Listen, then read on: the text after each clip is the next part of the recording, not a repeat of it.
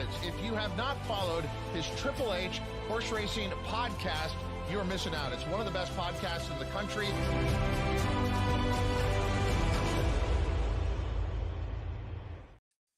Good afternoon and welcome to live coverage of Santa Anita's fantastic opening day of racing. I'm your host, Howard Kravitz, along with host of Bettin' and Boozin' with his new light and his new camera, Kyle Roscoe. And below me, we have co-host of Picked and Ponies, Paul Howard. And guys, it's already been a very exciting day. I started a fraction late here live as we just watched Johannes. Wow.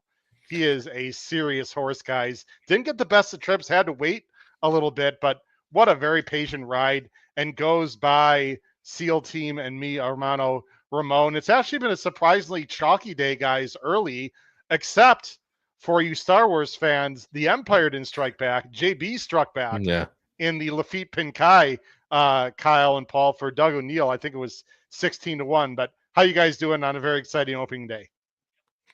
I mean, doing great. I mean, hopefully everyone had like I said, Merry Christmas, Happy Holidays if you're still celebrating, and still continue to celebrate throughout the week. But said hopefully you got everything you wanted and spend some good time with family. I obviously, as Howard kind of hinted at there, and the light's super bright. I'm gonna have to figure out a way to dim it down so you can see it fully. But yeah, I got really cool Bettin' and Boozin' neon and a new camera. So hopefully we'll have a good time. Paul, how was your Christmas and your week since we saw you last? Very good. Well, Howard saw me last about 3 hours ago. So I know he's running a coal mine here, Kyle. So we just never safe. Work. I actually so full disclosure, I'm playing in. I have 2 entries in the live opening day betting contest. I actually told you guys a little bit incorrect a little bit ago. My main entry, the one that I have the most money on, I actually went all in with a double. I misread it with Johannes into the 8 and then Raging Torrent. So that's my biggest play, guys. So I'm in good shape there. I don't know. It was about 5-1 last time I checked. I don't know what it is now. I have the same bet. I have the same bet, so I'll check. 4.5 to 1. $9 for 2. 9-2. Okay, so all right. I would take that. And I had on my backup entry, I had a larger exacta 4-9. I actually had a little exacta 4-7. I wish I went 4-7 and I switched to 4-9. I'm a little upset with myself on that, but so I have one entry is down to a few $100 probably. The other entry's got a shot at let's see, I only need one minimum, guys, so 900 times 3,600 or whatever. If Raging Torrent wins, guys, I'm in good shape on one entry. But thanks to everyone for watching. We're going to be covering races 8, 9, and 10 here on the show live. Not only that, very exciting. We have from the paddock, we're going to have Noah Maher and Ryan Anderson live from the paddock at Santa Anita. They are there, and they'll be giving us some information and coverage from Santa Anita, which is very exciting, guys. Both of you have been to that track. Kyle, what memories do you have of Santa Anita very quickly? As you've only been there once, I believe, for last year's Breeders' Cup, and then we'll get into the handicapping of a very, very exciting Malibu. I mean, like I said, I feel like my frame of it's a little bit tainted because, like you said, the one time I was there was for the Breeders' Cup, and we had a horse run in that Breeders' Cup, so it was a little bit clouded in that regard from just being there on a normal day. But obviously, this is no short.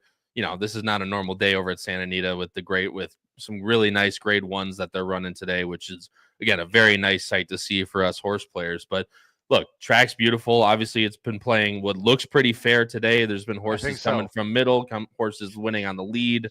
Obviously, you just saw Johannes win basically the equivalent for fun, being that he had to wait the whole time. So, again, just excited to see what happens here. And so far, like I said, knock on wood, we've been pretty good today so far, obviously, although it's been chalky, as Howard said.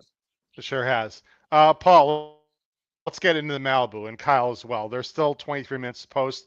We're going to be bringing in, again, Noah Maher and I believe Ryan Anderson live from the paddock. I'm just looking at the payouts. I'm not going to show them.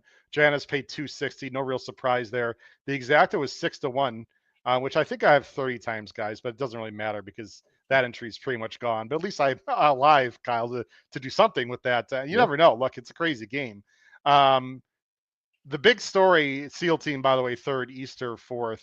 The big story, Paul, for the next race is, and I'm going to show the entries here in just a second, is there was a major scratch. And actually, it was put out on X, I believe.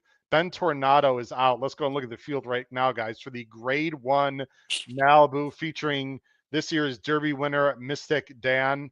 It's, again, about 22 minutes to post. Just for everyone to know, we cannot show the races live due to contractual obligations, but I'm going to look into that, guys, because, hey, we are partners out with Santa Anita, so we're going to look into that. It's not quite that simple. I will be playing the audio on my phone of the race, which is going to be a bit behind. So if you're watching live on FanDuel or you're watching live on somewhere else, we're probably about 4 or 5 seconds behind here on YouTube. But for those of you that are watching us only, which is great, I will be playing the audio of these races off of my phone, which should play just fine. But anyway, I believe it was a small bone bruise for Ben Tornado. Paul, let's go and look at the field of the Grade 1 Malibu right now, guys, here as I bring up in just a second. Please be patient. Here it comes right now. Race 8. It is the Malibu. You see, it is now a field of only 6 horses, which I guess in theory is pretty disappointing. Ben Tornado is out. Senior officer, who we did talk about early in the week, might have did scratch. So, Paul, we got a field of 6. You see the live odds there on the right side of the screen. The Derby favorite right now is 6-5. Sorry, the Derby winner is the favorite right now. It's 6-5. Raging Torrent, my personal top pick at 2-1, and then you have the rest. Paul, with Ben Tornado out, how do you think that affects this race? Well, I think it takes a lot of speed out of it, obviously. And Senior Officer is also out, but he would have been more of a come from behind horse. But it does take it really, I think, benefits the 8 the most, Raging Torrent, who I believe, when it's all said and done, is going to be the favorite. Despite, if you look at the Will Pays, the Will Pays he's a clear favorite in the Will Pays. So this board's going to change on the win end.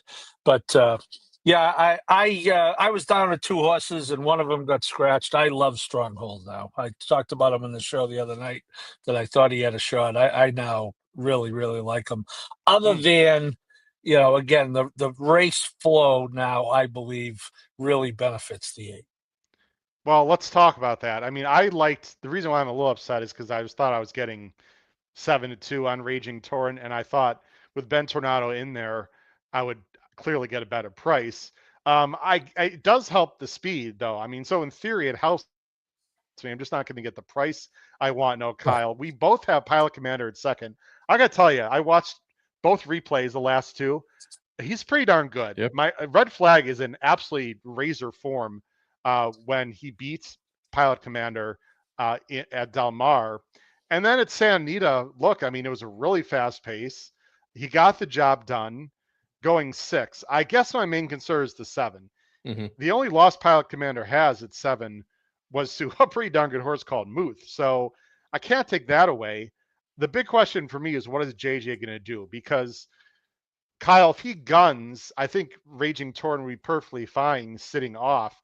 If he lets Raging Torrent go, is he good enough to sit right behind and come around? I don't think so. If I'm JJ and Bob, I just send really hard and take my chances. Would you agree with that if you're a Pilot Commander fan? I would. That's what was my thinking. And I think I agree with Paul now. With the scratch of the 1, either way, if the 2 doesn't go and the 8's either going to get the lead, on paper for free, or if the 2 goes, the 8 can sit right off and have a really nice trip that way. Honestly, like Paul said, with the race flow, just taking the pace out, I kind of saw it as what could possibly be a 1-2 around the track the whole way. Obviously, you see it the same way, Howard. I do like Stronghold, Paul. I do actually like that pick. I'm going to stick Dan on there out of respect. That's probably just stupid to do, realistically speaking. But Stronghold, I do like. He's obviously was a very good horse and was well liked in the obviously Santa Anita Derby when he won, but also it was a lot of people's sneaky pick to kind of sneak into that Derby trifecta and superfecta. Obviously didn't end up happening that day, but come back and has come back and run really well. Lost when I was there at the Indiana Derby, lost to Dragoon Guard, who I walked the dog on the pace that day. So he's been chasing some pretty slow fractions. So if he can get something here, definitely I wouldn't be surprised if he won this race, but I think is a little bit better with a little bit of pace in front of him. Paul, if your top choice Stronghold is to win this race, how would that be done? I would assume you're hoping the 2 and 8 sort of battle each other and 7 just sits right off, because in theory, I think he's quicker than Mystic Dan early. Yep. I'm not sure about Imagination, but Imagination's Baffert, so Baffert's not going to send him to battle with Pilot Commander. And the 3 who I actually thought was really interesting in this race before the scratch of Ben Tornado is a deep closer. So there's no reason why Stronghold can't get a nice trip just in behind Paul. I'm assuming that's what you're figuring here. Yeah, yes, that's exactly what I'm thinking. I like cutbacks in general, and I think that I think the plan of D'Amato and the Wallers were, once the Triple Crown season were over, if you will, the classic races. Once the Pennsylvania Derby, after that, I think this race became the plan. I think he's in a good spot here. I think he can sit off those 2. And, again, my fear would be the 8 just running away and hiding and him, catching everyone but the 8. But, yeah, I think he can sit 3rd or 4th and win this race. I see that. Yep, go for it, Howard. I was going to say. Yeah, we've got Noah Maher and Ryan Anderson. Looks like they are ready to go with their phone. Let's bring on live from the paddock at Santa Anita. Oh boy. Our Pacific Horse players. There they are, Noah and Ryan. Gentlemen, how you guys doing? It looks absolutely gorgeous out there. Yeah, it's fantastic out here. Definitely fantastic. Definitely not the Lexington weather that I'm getting recently. Yeah, no kidding. Set the scene for us. What do you guys see? There's about 16 minutes to post here to the Malibu. Who looks good? Are you surprised that Mystic Dan is favored right now? They're not out here yet. So we're waiting for them to walk still waiting. They're a little behind schedule. All right. Well, what do you guys think of the board right now? Raging Torrent should be the favorite based on the doubles, but right now the Derby winner is the favorite right now. Who do you guys deserves to be the favorite in your opinion in this race? I would say the Raging Torrent he's a sprinter. But I mean, Mystic Dan's a Derby. Ryan, it's really hard to hear you. I don't know if you have a mic issue or you gotta get closer to Noah. I'm not sure, but can you hear me? I can hear you. Okay, we can't hear Ryan. He's also off the screen a little bit, also. But okay, we'll just keep talking. Barely, Ryan. And Noah, who do you think should be the favorite here? Come post time. I don't know. I would probably lean toward the outside just because, in terms of speed, it was between him or Ben Tornado, and now that Ben Tornado's out, makes it a lot easier for Raging Torrent. But I'm not really surprised that the 6 is taking the money right now. Just he's the Derby winner and all. So I don't know. I think I didn't check the doubles, but I think it's going to be a lot closer than it looks right now. I see 3-2 and 2-1. So that's kind of what I think. Yeah, the doubles right now. Raging Torrent is the favorite in the double. Noah, give us a top 3, and then if Ryan wants to join in, give us a top 3 in this race. Paul, by the way, is going with Stronghold. He thinks Stronghold's really interesting here. Both Kyle and I are going 8-2. I didn't originally have Pilot Commander in there, guys, but I just think it could be 8-2 around the track. You think Pilot Commander is going to send guys or let Raging Torrent go and sit off? What's your best guess, Noah, on race flow here? Or Ryan, either one of you. All right. I don't know if you can hear me. I think I'm talking into Noah's headphone on his AirPod. We can hear you now. Go ahead. I think Pilot Commander is going to send Raging Torrent's probably going to sit to the outside. A horse that's kind of piqued my interest this morning is Winterfell, coming back in off the Brittany Russell trainer switch. Bob, gave the horse over to her. They shipped her across, and then now he's back in this spot. So that one's a little interesting to me. It's kind of the other. I guess it's just the other Baffert because the number 5 is the longest price in the field. So, 8 on top for me here. I don't know that Mr. Dan's going to get the pace set up. Okay. Yeah, Ryan, it's a little bit hard to hear you. You're going in and out. But we got the gist of what you're saying. What do you think Baffert's going to do from the inside here, Noah, in your opinion? With Pilot Commander, who's really talented. We were talking, if I'm Baffert, I just send like the Dickens and just hope that Raging Torrent can pass. I don't think Pilot Commander should sit off. What instructions would you give if you were Baffert on the 2 here? I think you probably have to go now just because you're down on the rail, and like I said, the other speed's out. So I think you probably have to send from the rail. It's a funny game because I'm mostly 2-8 next to you guys, and Paul loves the 7 Stronghold, but frankly, I think he's the slowest horse in the race. So the 4-1 to me is something I would completely stay away from. Wow. Okay. That's it. very interesting. Are the horses in the paddock? Can we get a view of any of the horses parading, or you got the Derby winner parading yet in the walking ring? Yeah, I believe the first pony is going to be coming out here in a minute. I know it says 11 minutes to post. Are you in the paddock? Give us a sense where you guys are at exactly. I'll try right at it. Oh wow, there we go. There we go. I'll try Looks to flip nice. When I'll tell you around when they come out. I'm going to keep you on, and when you see the horses parading, especially Mystic Dan and Raging Torrent, just go ahead and turn your phone around. I think the youngsters know how to do that, right, Paul? They know how to work their phone pretty well. I think they'll be fine. Yeah, I got it. They should be able to handle that. Noah, it seems like the track's playing pretty fair, which I like to see. I don't see any real bias. Would you agree with that as well? Yeah, I think it's been pretty fair as Ryan goes to talk to Shane O'Neill, who we had on the show a couple weeks ago, and I know he talked to Doug, and he was pretty pumped up about the win with JV Strikes back in the Lafitte and Kai a couple races ago, which should have been not even close to a grade 2, but that's a different discussion. I'm sure you told that to Doug and Shane, right? You guys don't deserve a grade 2. Yeah, that would have definitely gone down well. I think the track's been pretty fair.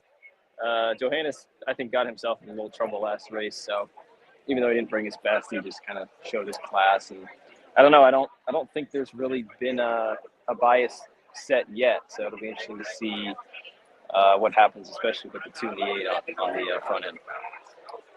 We got 9 minutes to post. I'm assuming they're in the parade ring now, or it should be any moment. It should be any moment. Yeah, actually, Mystic Dan's the first horse I see coming out right now. I'll try to get you guys a piece. So you can get a view. You don't even. We'll just talk to the other 3. See if you can just get some audio or some video. Sorry, no, and you can tell us later how the horses look. Yep, there we go. Oh, here we go. Awesome, perfect, Noah. So that was Pilot Commander. Again, we are live here. Let me put them on bigger screen here. There's Winterfell, who I think actually was very interesting, Noah and Ryan and Kyle and Paul, until the scratch. There's the 5, Imagination, who is the other Baffert. I'm assuming he's going to come from behind. And here comes, again, mixed feelings, of course. Here comes the Derby winner on your screen, live from Santa Anita, Mystic Dan. He looks fantastic. The coat is shiny. Very calm and relaxed, ears pricked. There's your top choice, Paul, on the screen right now. Stronghold certainly has a chance. And here's this horse I need very badly for the contest, Raging Torrent. He looks good. Noah, any horse that you want to point out that's exceptionally well? Of course, most people know you go to University of Kentucky. You're in equine studies. You've learned the horses' anatomy very well, and I'm sure you look at these horses differently than you used to a few years ago. Any thoughts on what you see out there in the paddock? Yeah, typically it's hard to distinguish some of these higher stakes horses that are, very good and very talented. Paul, I might be eating my words here pretty soon because Stronghold looks unbelievable. Wow, Paul, how does that make you feel, Paul? That makes me feel great. I'm gonna check it out for myself. I'm gonna look to my right on the big screen here. Mr. Dan looks good, though. I'll tell you, no, it's getting a little loud in the background, so I'm gonna let you go. We'll get you'll go back to the paddock for race 9. Good luck if you're making a wager here, Noah. Rumor has it you and Ryan like to bet a little bit, so good luck in the Malibu. Oh, of course, we'll be betting. Good luck to you guys. All right, thanks. All right, there you go, guys. That was Noah Maher, who is the host of Pacific Horse Players. Very cool, guys. This is. I'll tell you what, we've come a long way in the show. It's awesome. They're both SoCal guys. They're very happy to be there. Paul, I mean, obviously, you can't dislike what Noah said, but Well, they all great. probably look really good, in general, though. Yeah, Fairness. no, but he's up close, and that He means is. something. And he has a point. And figure wise, Stronghold topped out at a 92 in the PA Derby. Yeah. So he will have to jump up, and obviously, if betting a horse like that, I'm counting on Mystic Dan not showing up, and in fairness, I don't want to be unfair, but I don't know that we know how good Mystic Dan is. Now that might sound crazy that he won the Kentucky Derby, but Yeah. I'm not so sure we know Fair. how good he was. That was a very, very, very mediocre Preakness, which he lost, and he was just never a factor. Never lifted a hoof in the Belmont. So, I mean, they're never going to take that Derby away from Kenny, and nor should they. But No. I just don't know how good this horse is just yet. I agree. By the way, Gary Slayton said he took in the third race. I liked the 12 that came, the Philly Pratt horse that finished second, and Noah's 3, and he got the exacta, or sorry, the 1. So he had the 112 exacta, paid almost $90. Good job, Gary. Congratulations. I did like the 12. It went off at 9-1 in race 3 and finished a good second. All right, guys, I got an important question. I need some help. Very seriously with contests here. So I'm all in on one entry to the 8 Raging Torrent. I'm alive about I'd win about 3,600, guys, which would be very, very nice and put me squarely in the picture to do something legitimate in the contest. Whoops. Okay. Oh, we're good. Sorry, I just did something I didn't want to do. We're good. Here's the question I have for you guys as I'm flipping screens here. I have a whopping, hold on, let me check here, double check here. I have a whopping, I think it's $178 or something like that on the other entry. I'm sort of scrambling here because I'm trying to find it. But I have about $178, I believe.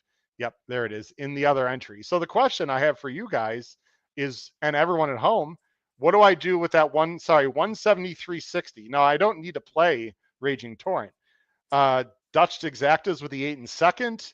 Do I play doubles without Raging Torrent into some races the next race? I mean, people laugh. You only have 170. Look, that can go up to 1,000, which can go up to 5, right? So I need some help, guys. We got 5 minutes. So what should I do? I mean, I'll tell you exactly what I just did. I'm alive to 160 to Raging Torrent. I put $16 with a double with our second choice, Pilot Commander, in case that does happen, into just depends on how much you like King of Gosford in the next race, because that horse should be pretty low. That's a 14-1 double right now. I'm getting if that hedge bet hits, I'm get $206 back, and that's only risking $16 of my $160 profit. So that's what I just did, and obviously is a very viable situation because one, he's fourth choice in the probable doubles, but also again, King of Gosford's going to be a heavy favorite next race, and if you like him, you might be able to pair up your second choice with him. That's what I'll tell you what I'm gonna think. I'll tell you what I think. I like that idea. Paul, here's what I think I'm going to do, because I think next race is wide open. I think I'm going to, if Raging Torrent's my top choice the entire day, which, by the way, he is, I'm going to put him in second in Exactas. I think I'm going to go Dutch Exactas 2-7 with 8. What do you think, Paul, for that 173? If you're me and Raging Torrent is your... that's an odd way to treat your best bet of the day, to bet him to lose. Well, but I've got him on the other contest for 4,500. Okay, but you still need him to win the race in order to be alive in the other one. You should play a $178 double, 8-1. Well, I don't think King of Gosford has to win. Oh, okay. Well, then you shouldn't do That's that. what I'm saying. I want to play vertically here is what I'm saying, guys. No, I understand. I don't want to play horizontally. Well, then I think you play 8-2. If it's me. Then you like the 2. I think you play 8-2. At 14-1. I'll tell you what, I'm going to, well, I probably shouldn't say what I'm going to do. Not that people really care, but I'm going to do something vertically. Let's just put it that way. I'm looking at the doubles. They're pretty close. Kyle, why don't you go ahead? I'm actually making a bet on the other screen right now. Why don't you go ahead and talk a little more through this race as we are going to have about 2 minutes to post. Yeah, I can do that. No worries. You get what you need to do done. Yep, go ahead. I'll hold the ship. But all right, wonderful. Talking about it, Paul, obviously I got so many freaking different programs up on the screen, obviously, because we have a show later for Gulfstream. I was just about to talk about Gulfstream Race 8. That would have been bad. I mean, either way, you go through the rest of this field, Paul. We talked about the 8 a lot. We talked about the 2 a lot. Obviously, a bunch of people know Mystic Dan, Stronghold. A lot of people on the screen, at least for the Santa Anita handicappers, Michelle Yu, fantastic friend of the show, they have imagination in there too, which obviously, I mean, it's not completely out of it, but he's the longest shot in the race right now at 9-1. Obviously, a pretty tightly knit group of 6, but I mean, that last race wasn't bad, and obviously Tarantino ran well earlier in the card, just losing to that aforementioned Doug O'Neill bomb in the Lafitte Pink Highs. So, I mean, if he gets a good trip sitting right off behind the speed, I mean, see that out of it too at the longest shot in the field? No, and he benefits from the scratch of the 1. I agree. That's another horse that benefits. And no, I don't think I had picked on the show the other night. Our Santa Anita show, I picked this horse second with when everyone was in. I think. Well, maybe not when everyone was in, but yeah. Howard, you asked me for another pick. I had 751, so I changed it to I picked this horse second. So Kyle, I think that's reasonable. And you got Rosario. It's a turn back. The horse has speed. Missed by a neck to the horse I like in the Santa Anita Derby, missed by a neck to Stronghold. So no, I think imagination definitely makes some sense here. And I think it's guys, the same. All right, go for it. No, you're good. So what I did, let's see if we can. How we doing with? It says 0 minutes, but I'm not gonna put it on. They're still walking. Yeah, they're around the gate. Yeah, okay. I don't want to miss it. So here's what I did in general. You know what? Well, I want to just say what the hell I did with $172. Anyone care? I don't think so. No.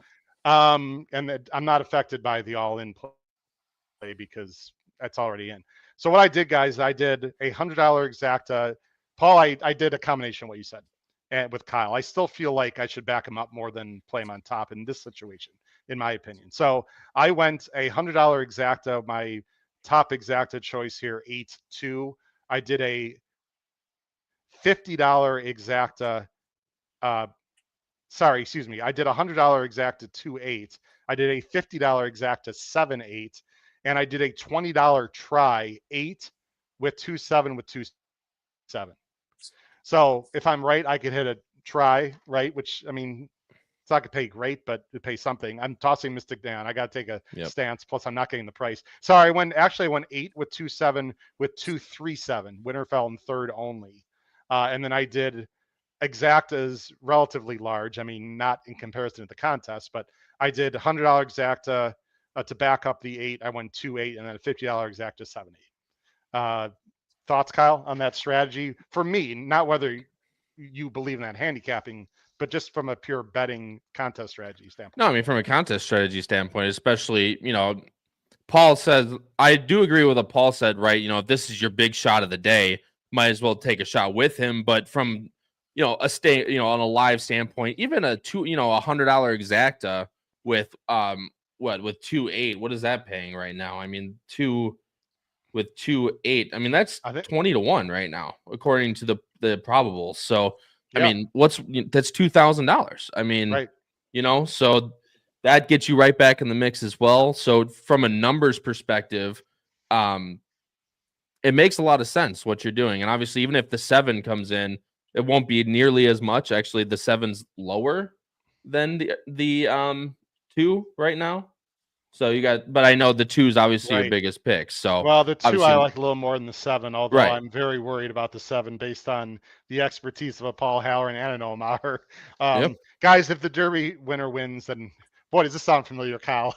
If the Derby winner wins, I'm out. Jeez. Look, I mean, Paul, we talked. It looks like they're striding, at least on my phone here. They're about, I'd say, 200 yards from going into the gate. Again, I know we're a little bit behind, and I'm going to play the sound here.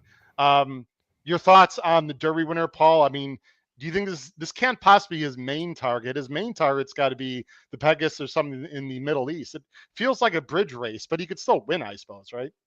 Yeah, I'm hearing a lot about the Middle East, Howard. So this could definitely be a bridge to that.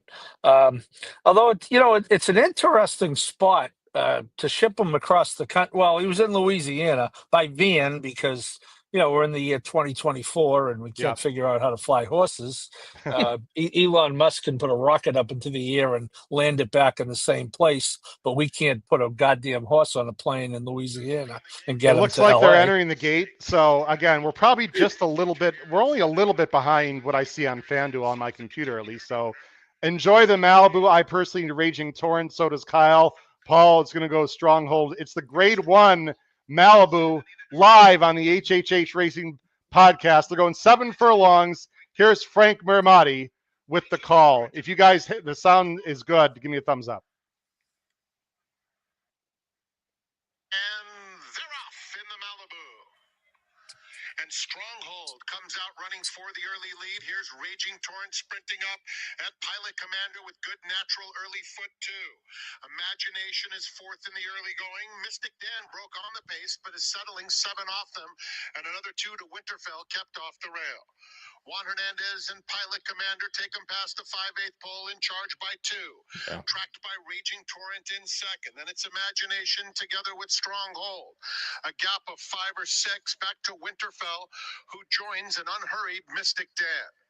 They're heading into the far turn behind Pilot Commander, who takes the Malibu field past the 3/8 pole in front by a length and a half. Frankie Dettori getting after Raging Torrent, trying to close the gap in second. Imagination traveling kindly at the rail in third. Stronghold makes his move on the outside. It's a gap of 5 to Winterfell. Nothing yet from Mystic Dan. They Don't pass let the him quarter through. pole and turn for home. Pilot Commander's been there every Come on, step of the Raging way. Torrent. Have the horse, Frankie. Imagination coming through. Have the horse, Frankie. Puts his head in front on the outside. They're in the Have the horse, Frankie. and it's Raging Torrent, Stronghold. Have the horse, Frankie. That's what I'm talking about.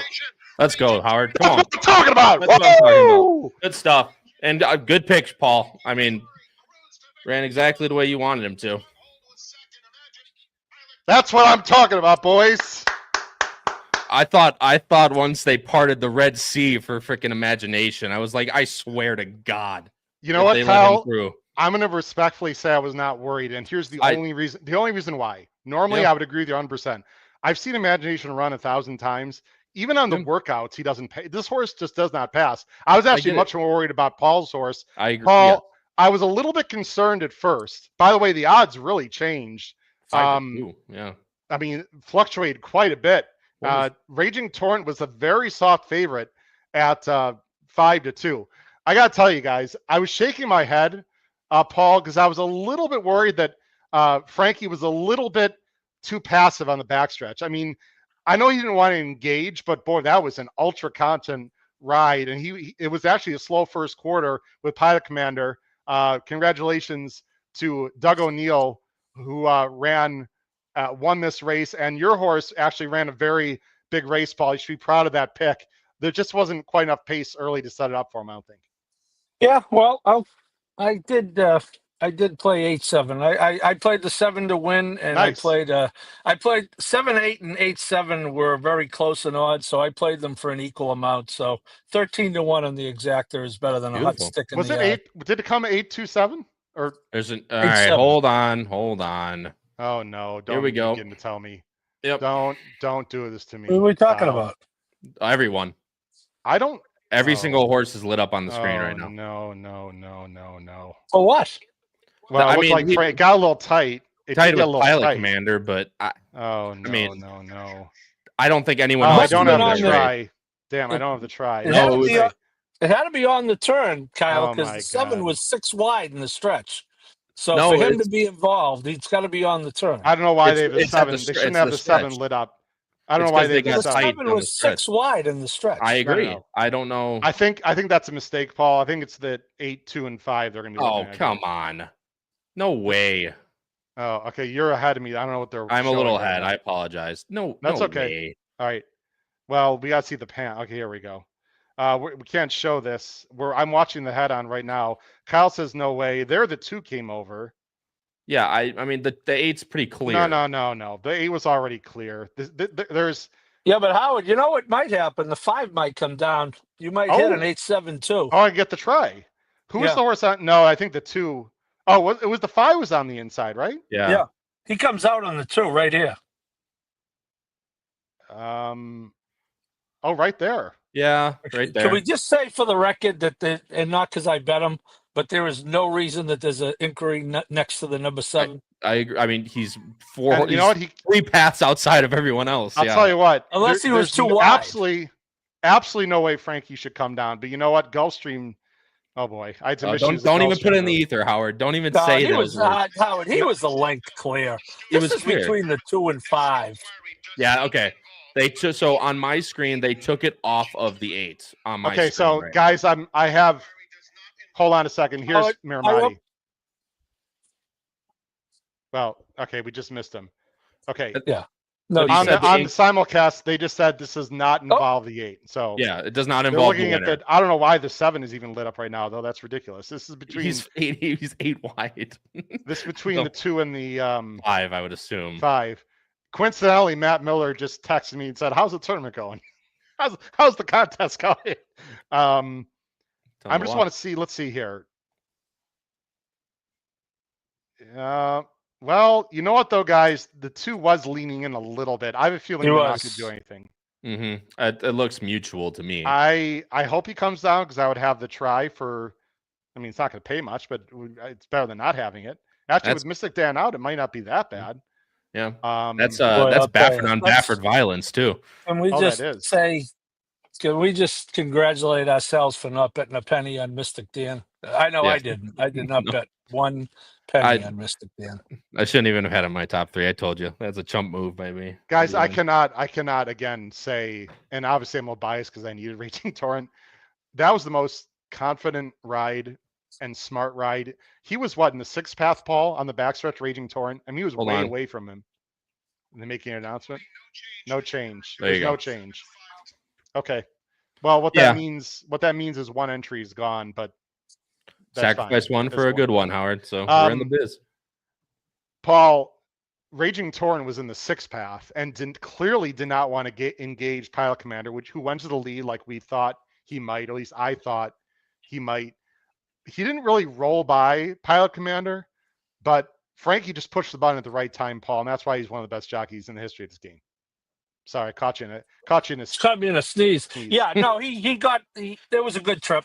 And, the 7, as I said, that was my fear on the 7 was that, well, actually, I thought the 8 might be even more forward than that. But my fear was the 7 not catching the 8. And he made a decent run at him. I mean, he wasn't going to catch him, but that's why I came back with the exacta both ways. Yeah, good. Nice call. I'll tell you what, Stronghold ran a big race, Paul, and he broke like a train. I mean, you couldn't ask for anything better. He just wasn't good enough. It's just that simple. Well, that's going to be a career best buy. He's going to come back with a better than a 92 on that one. And you know what? He could be that could be a dirt mile horse next year. That type of horse. I think he's so. Kind of in between, but that might be perfect. Yeah.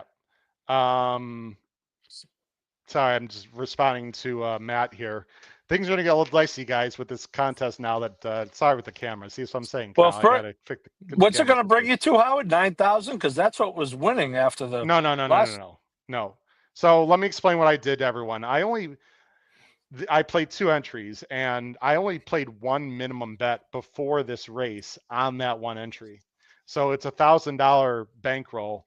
I actually had the 1 to win in the JB Strikes Back race, which was my $100 minimum, which would have been interesting because he ran big at like 14-1. And then my next bet was an all-in double, guys, Johannes to Raging Torrent for $900. So I've only used 2 minimums, so I have to bet 9, 10, and 11. So I have to make sure I save $100, Kyle. Otherwise, I can't win the contest. Yep. So that's something I already wrote down and kept in mind. So I'm in good shape. I'll bring up the leaderboard. That's public knowledge. I'll bring that up in a minute, guys. Let me take the picks off the screen.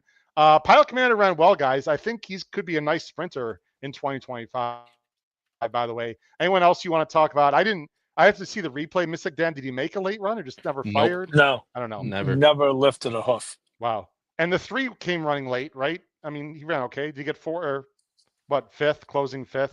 Yeah, It just didn't set up, which I said on this show, I didn't like the 3 now that I'll tell you what, if Ben Tornado's in that race, guys, it's a whole different race to me. I'm not saying Raging Torrent would have won. I think his job would have been more difficult. I think that really would have helped Stronghold and maybe even Winterfell, but we'll never know, guys. What do you do with Raging Torrent, by the way? You keep him at 6 or 7, right? I mean, I think I would try to stretch him out to a mile, like the Met Mile, Paul. Why not? See what he's got up to a mile. As long as it continues, yeah, absolutely. Right? Something that turn. That also, last thing, guys, then we're going to move on. We got Matt Miller is in right now in the chat. How you doing, Matt? Ed Burke wants to comment. Dan looked better training down than he did racing. Look, McPeak is brilliant, but it just seemed like a weird spot all along, guys. And I just don't like the layoff in that situation. So that might set him up nicely for, down the road. But I was trying to think what I was going to say there. I lost my train of thought. Okay. Had a Kyle moment. Yeah, I don't know what I was going to say. I'm just happy that I got through that. All right, should we show a leaderboard? I don't know if the leaderboard is going to be updated or not. Give me a second, everyone. Let me actually look and see what I have on the one entry now. $4,050, boys. Nice. That's nice. I'll tell you what, I've had some bad luck, and other than the April Grade 1 Gamble weekend, it's not been a great contest year for me, but that, not going to count any chickens before they hatch because I have a long way to go here, but that sure as hell helps. I'm looking at the prize. I'm looking at the leaderboard, which probably hasn't updated yet. They don't update it that quickly. No, the leader is 8,200. After, let's see, that's after it's got to be much more than that now at this point. I haven't looked at it in a while. Actually, after race 7, that was race 8, right? The leader's at 83. I need to get into top 7 for an NHC or Pegasus. I don't need the NHC, obviously. I'm double qualified. I don't say that arrogantly. I'm just saying the 7th place right now is 3,300, guys. That was before this race happened. Actually, let me show the leaderboard right now just so everyone can see it. Again, this is before the race that just occurred. Let me take the banners off the screen, and then we'll get in the next race, obviously, also. Here it is, guys, scrolling. Let me go up to the top. Again, this is any thoughts? We know some people on here. John Gasper. Dylan Donnelly, who's double qualified, is in 4th. Chris Podratz. You got Stephen Wells is in 7th. Again, I now have 4,000, but this is before the race that just happened. I got a feeling it's going to change dramatically, guys, to be very honest. But this puts me in good shape right now. I'll take that off the screen because we don't need to look at that right now. It puts you within one good swing, right? I mean, it's definitely not, but it's definitely not, where you once were. You're down $500,000. This puts you right, top 10, somewhere around there. But I do agree with you. Something like that, especially with Johan, is so easy to pick out of a bunch at 3 to 5, many different ways that you can get from that. So I'd say, definitely will change. But again, right in the mix. Any hedging now has got to be on the side, which I think we know someone that does that pretty well, but I don't exactly have Matt Miller money, but I'll still be hedging on the side. Guys, the next race 9, let's go ahead and bring up on the screen. We have, about 20 minutes, I'm guessing, somewhere around there. Let's just see what we got here as I go 18. to the 18 minutes. All right. In my opinion, I think the toughest race on the card was the LaBrea. That was my general opinion, guys. So if, and I'm just looking, by the way, I had Raging Torrent single in my pick 6 that I would have been alive to if 1, 6, or 7 had won the, everyone's a lot of people are alive to it, but anyway, so that's a little bit of a bummer, but I'm still alive to some 5 out of 6s, which is going to pay okay at this point. My opinion is the LaBrea is the toughest race, guys, of the day. So these next 2 races are really tough, and I think a lot of people are going to do the pretty obvious in the last race. So I'm going to have some contest decisions to make. But before we get into the contest, let's just go ahead and bring up the field here for the Matthies Mile. There's 2 scratches. The 2 and 3 are out. There it is right now. 3 and 4. It's the Grade 2 Matthies Mile for 3-year-olds. $200,000 is the purse. They're going 1 mile. The 3 and 4, Curlin's Chaos and Sonoy are out. Right now, King of Gosford is 1-2. Wow. I think that is absolutely nuts, in my opinion. You've got a second choice, pretty strong second choice is Stay Hot. And then you've got some others here in the mix. Give me your general thoughts on this race. Kyle, I'll let you go first, and I'll bring our picks on the screen right now as well. I'm going 169. Paul's going 158. Kyle, you're going 152. So we're all chalking out, but I don't think it's that. I don't think it's a slam dunk, in my opinion. I just think from at least, I don't know how you guys felt about it, obviously, because you guys did the show on this on Monday before our little bit of a Christmas break. But I just don't think this is by far the best rendition of this race. And King of Gosford kind of just is the one to stick out to people. D'Amato, Flavian Pratt, just all the type of buzzwords out here for West Coast turf racing. King Gosford gets every single one. He's 3 for 4 in the Santa Anita turf. I just feel like this is going to be a very, obviously, and he is very moto obvious, and he's going to be somewhere under even money. Go post time by my opinion, but I agree with you. I don't think he's necessarily, he has to win by a mile in this race. I just think he might just be the best of what he's got in front of him. Yeah, I mean, it's not the strongest field, but he's raced against a lot of these horses before, and I've always beat them. It's not by much. I think the rail really helps him here, and I think obviously Flavian helps Paul. But if you just erased the odds board and maybe even took the jockey out, which I know people are going to say is stupid to say, but if you just strictly look at the form, should this horse be 3 to 5, Paul? I don't think he should be 3 to 5. We talked on the show the other night. I thought it came down to, I thought the 5 Stay Hot got a little better trip than him last time, and that he still ran better. And I think that you mentioned the post. I think he's got a good advantage. So I think he ran better than the 5 in the stretch last time. Andy gets a better post. Then the question becomes, where do you want to go? I know you mentioned the 6 on the show. There's Noah.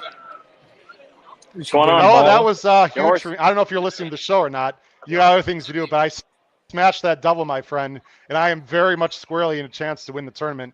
I love the ride by. Real quick, Noah, your thoughts on the ride by Frankie, who kept him away from Pilot Commando. It looked like he was in the 5 path down the backstretch. No, I thought that was a brilliant ride by Frankie. And your look in the paddock, Stronghold, also ran very well. Your thoughts on the Malibu, real quick?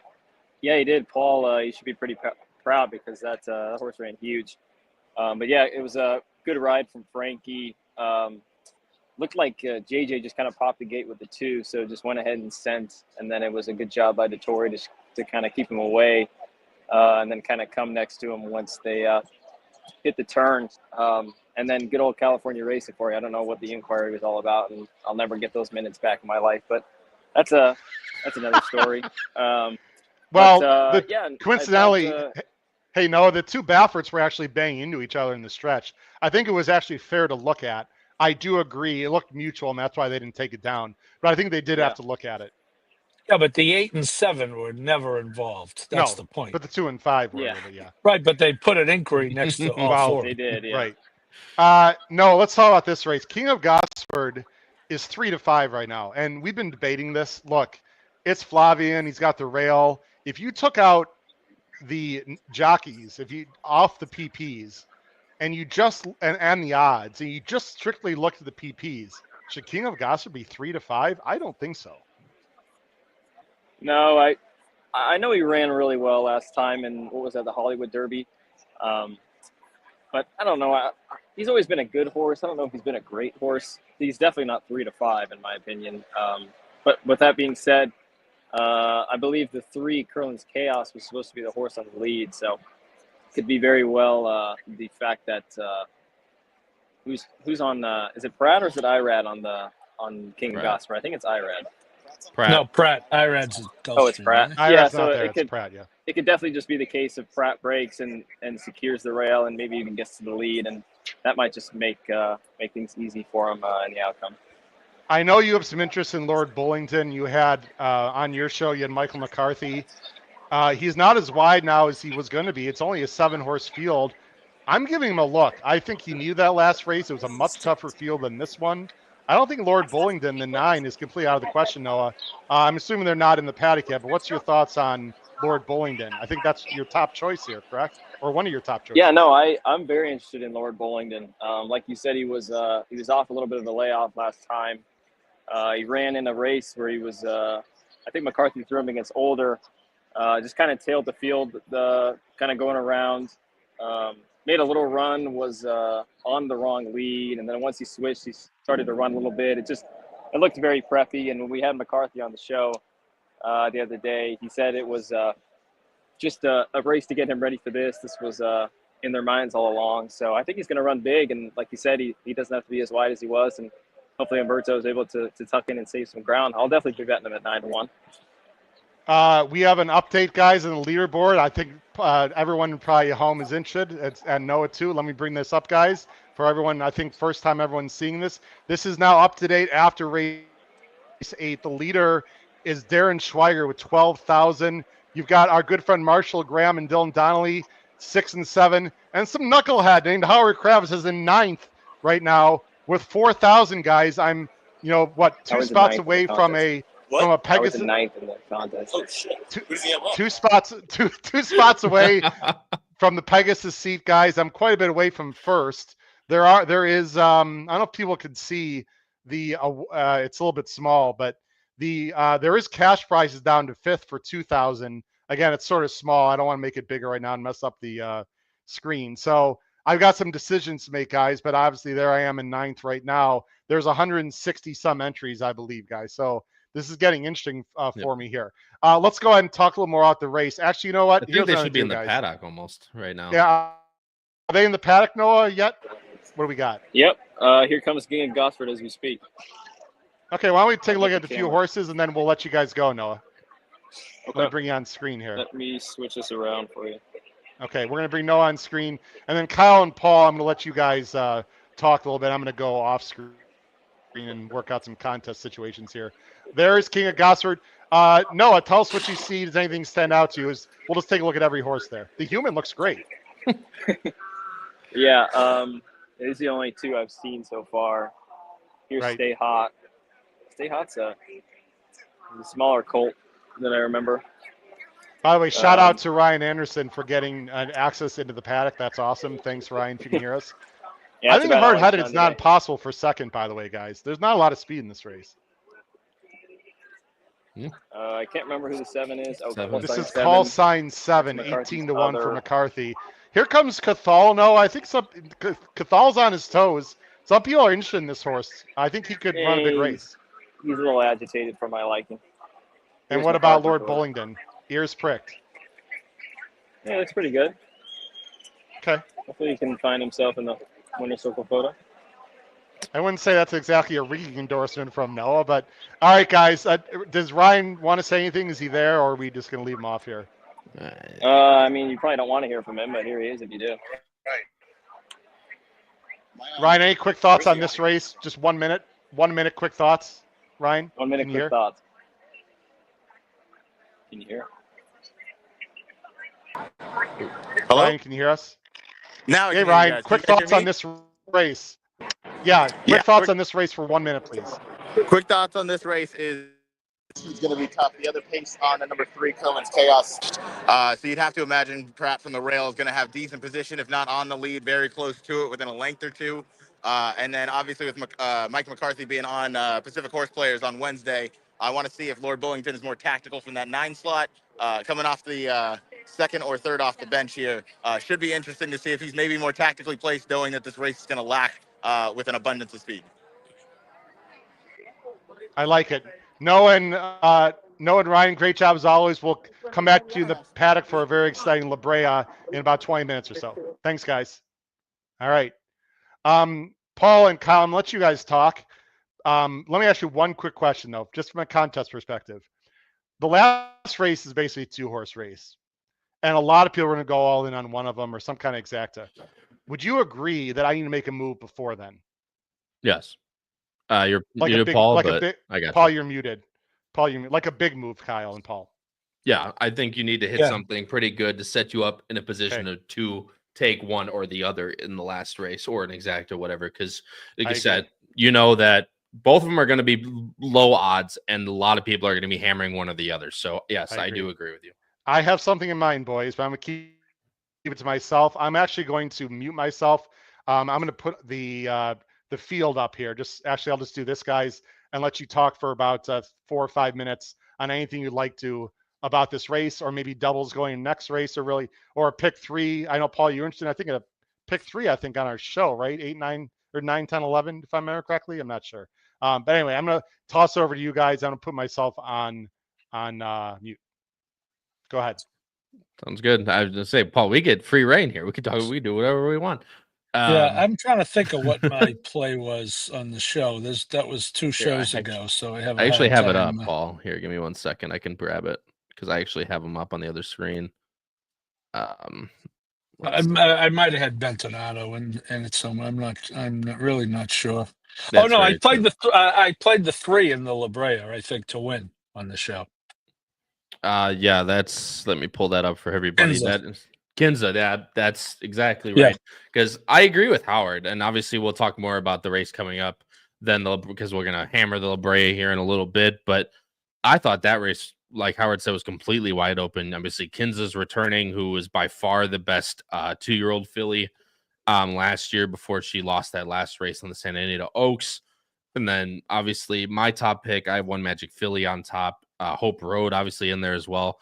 So that's a very tough race. Going the Matthies Mile again, still looking at 4 to 5 on King of Gosford. And I think there's others in here, even though I did chalk out in this race, and obviously we all did. You and I both went with the 1-5, the 2 lowest on the first 2 places. You have number 8 in there, who you mentioned Cathal, who Howard mentioned a lot of people like, you included. I had the number 2, a Titlan for John Sheriffs and Mike Smith. It's me pronouncing names as usual, so take me with a grain of salt. But I've just never been that big of a fan of Lord Bullingdon. Paul, I don't know if you felt the same way. Obviously, that last race off the layoff was good. And maybe maturing into his 3-year-old year, he has taken that step forward that he needs. I've just never been that big of a fan of that horse. And if he's going to be, like 3rd choice come post time, that's not something I would want to touch personally. But again, he showed it last time and can take a step forward second off that little bit of a layoff. Yeah, I just don't think any of his races this year. I don't think any of the 4 were particular. I mean, the Pasadena was a listed stakes. He lost to Stay Hot, but who else was in there? He ran 4th at Keeneland in the Transylvania. That I guess was a decent effort. No show in the American Turf, grade 1. The grade 1 American Turf. Which I was going to say, we liked so much that race. Yeah. That race being that race being a grade 1 and the Vanderbilt being a grade 2 makes about as much sense as yesterday's supper. Anyway, I digress. I love it. And again, he was off the layoff last time, and McCarthy's great, so I certainly don't. I would never throw the horse out. I like him, but I just don't think. I think this is a 2-horse race. I hate the fact that they're the 2 logicals. I don't really know. I'm going to try to play some doubles. I think Kinza has a decent shot. Kyle, and actually, my second choice in that race was the horse you like, One Magic Filly. So I'm going to try to play some doubles into those 2. Which One Magic Filly right now, obviously Santa Anita, we saw it last race, the late odds will change. They have One Magic Filly as the favorite right now in probables, which I guess they were close, right? They were 7-2, 4-1, I think, morning line wise. But 5-1, you're getting on the King of Gosford One Magic Filly double. 6-1, you're getting on the King of Gosford into the 9 in the next race, which I believe is Hope Road, if I'm not mistaken. Yeah. Yeah. And then the next closest one is the 1-2 double, which is Accuracy. So, but if you're going Kinza, you're getting all the way up to 19-1, Paul, and that is actually the one after the next lowest after Accuracy. So 19-1 that on a filly that looked like the best out there early in the year. that's a price willing to, that's if you like that horse, that's pretty good and willing to take. Yeah, I did that. I played different amounts, but those are the. I use Stay Hot a little bit here as a backup, but primarily the 1 into the 3 and 7. Yeah, I think I like that a lot, and I'm actually playing it. But after I won that last bet, we got a little bit of money to play with in the account now, Paul. So gonna and some money to play from Disney World in Gulfstream on Saturday. So that'll be a good one. But this is kind of that same type of race as the last one, Paul, where I don't think there's a couple of them that are a little bit out there for me, but the 2 at 7-1, who's third choice right now, I don't think he's completely out of it by any means. I like again, this is another one though that's we talk about it. How they run against Titlin's run against the same horses almost every time, running against King of Gosford last time in the Hollywood Derby, then in the Twilight Derby. In October, running against Stay Hot and Cathal, beating them both, however, with a nice trip that day, and then running third to Formidable Man and Stay Hot again in the Del Mar Derby. So, again, a lot of horses that are running against each other in this race, and it's kind of like you got to pick between the lines of those. But going down the list, Heart-Headed the 6, Papadromo, Dettori, I mean, had a good race and an optional claimer, but then in the Let It Ride, which is a listed restricted stake, really never looked a threat at all to King of Gosford in that one. Although 16-1 now here, that probably makes a lot of sense. And then Call Sign 7 is the one for McCarthy. That's kind of like a little bit of an unknown in this race. How good is that horse actually? Obviously going to need to be a pretty big step up to win a race like this, Howard, but go ahead and see your back. I'm back. I without sounding, I don't know, disrespectful, I'm not going to tell everyone I'm doing. I mean, because right now I'm in the mix, guys. But I will say this: I just don't love Stay Hot in this race. I know he's 3-1. He can win the number 5. I'll just say this: I need King of Gosford to win, and then I've got some stuff underneath. I did, and I will say this also: I spent $1,000 in the contest. Okay. I'm not going all in. I don't think this is the spot to do that. Let's just say that if I hit this, guys, I'm going to be up to about 8 or 9,000, which I'm very comfortable with, which would put me in theory in the top, I'll say 4 or 5 at that point. And then I can make some decisions from there. I'm not playing a double, Paul. I just don't love the next race. I'm going to have to play it. If I hit this, to be honest, I might, well, I don't think I can play a minimum at this point, but I'm going to tread lightly and then just try to smash the last race. Guys, they're going on the turf course. King of Gosford 3-5. I'm just going to say I need him. I know I sort of hedged a little bit and said, well, should he be 3-5? He's the best horse. It's Flavian. I do have him in second, guys, on my own. So on the side, Kyle and Paul, I made some, I won't say large bets, but some sizable bets for me on the side with King of Gosford in second, guys, in exactas and tries, basically. So in terms of the pick 6, I'm all over the place, guys. I do have 1-9 in the pick 6 that I'm trying to get 5 out of 6, which I think could pay okay. I've got the turf pick 3, 1, 6, 8, 9. I also have 1, 9. I just don't have the 5. The 5 wins, I'm in trouble, guys. So actually, I'm not in trouble. I'm done with some things, but not the contest. All right, guys, they're going to the gate. I'm gonna do my best here to bring it on with the audio. Good luck to everyone out there in this race. And yeah, grade 2, Matthies Mile. Here we go, guys. Frank Vermati with the call. Guys can hear that okay?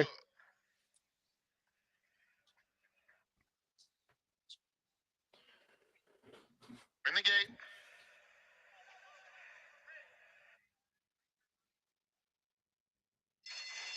Flavin's aggressive. In the Matthies Mile, clean start. King of Gosford is going out for the early lead. Hard-headed, Stay Hot is in between them, and now Atitlan moves up to take that second spot. Lord Bullingdon 4 lengths off the lead. Call sign 7 second to last, and Cathal is at the back of the field. Flavien Prat and the favorite, King of Gosford, will dictate the terms from that inside post, leading it by a length and a half. Atitlan is racing in second. They're followed by Stay Hot, tucked in neatly at the rail in third, and Hard-headed is fourth, 4 lengths off them. Lord Bullingdon has made it over to the inside, racing 3 clear of call sign 7 and Cathal. Down the backstretch, King of Gosford leads by a half length. Atitlan goes to put some pressure on him now as they sprint toward the half-mile pole. Stay Hot, comfortable in third as they reach the half-mile pole. Then it's Hard-headed in fourth, followed by Lord Bullingdon fifth, 5 lengths off the lead, 2 clear of call sign 7 and Cathal. Mike Smith is really putting pressure on the one here, guys, big time. Right back at him once again, and Atitlan, and at the rail, King of Gosford, nose to nose. King of Gosford keeps fending him off, but Atitlan won't go away. Up the rail, Lord Bullingdon. Stay Hot angles to the outside with the lime cap. He's had the dream trip as they come to the 8th ball. King of Gosford. Finish off these pigs, Flavien. Not going to happen with my exacta. Stay Hot's going to finish second. God King damn. of Gosford clinging to the lead. Stay Hot gives it one final try. We salute Flavien Prat aboard King of Gosford to win the Matthies Mile. Second to Stay Hot in front of a Chalk, Howard, which victory, an all-time record for Flavien Prat. and he deserves it, ladies and gentlemen. He took it right to him. Paul, good call, 1-5. The exacta was way too low on Stay Hot, and I just didn't think he was that much better than the other ones, guys. Then the 9 and 8 just weren't good enough. I thought Lord Bullingdon had a chance, but the 5 just got a perfect trip. And again, it just didn't set up for any kind of closing at all. And 9 and 8 just weren't good enough. Flavien Prat, breaks the record, guys. All-time grade stakes win in a year. Congratulations for Flavien Prat. That is your Eclipse Award winner, Paul, as if it wasn't before today.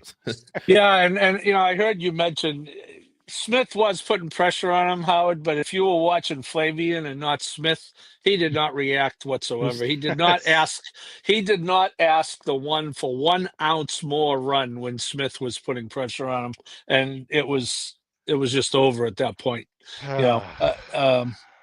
Just the way it goes, as you said. The 5 was just the best of rest, as they say in the comments, and much the best of rest, you could say. But yeah, this is really this pick 5 sequence is really shaping up to be you can maybe afford a Starbucks if you hit it, but not two. The pick 5 especially is just really chalky. Flavien was not worried, Kyle, at all.